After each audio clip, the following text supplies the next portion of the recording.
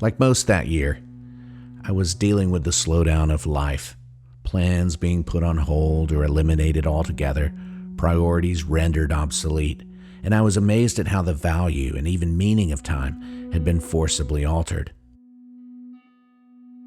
At this same time, I was to deliver a work, and it was fairly open-ended, so I asked the owner, who's a friend of mine. I said, look, this is kind of different, but I'd like to do this graphite drawing on your living room wall. And it's a 2-story living room, so it's a large scale. He understandably had questions, and I did the best I could to put a proposal together that would provide some visual, as it's a difficult concept to communicate simply in words. Because I wanted to capture a feeling of lightness, I experimented with the right combination of graphite and application of force and pressure. We had in fact been talking about this very idea of the nature of time as it related to business travel, and how there is an opportunity cost that gets absorbed with regard to quality of life. Of course, now, there was a new perspective on this that we were all sharing as travel had ground to a halt.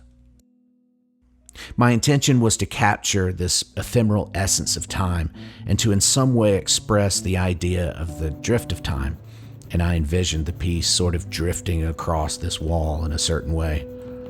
But once I started working, that original visualization just didn't feel right, and I let it change, and I let the space and the limited palette, the times of day, all play a role in it.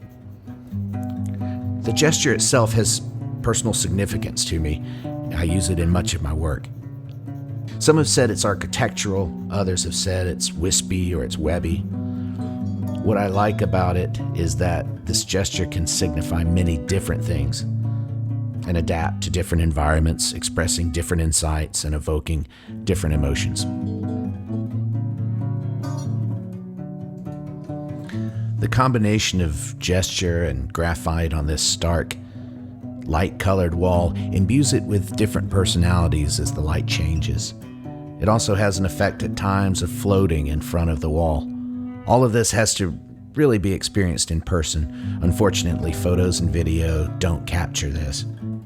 It is very much something to be lived with, something to live life alongside.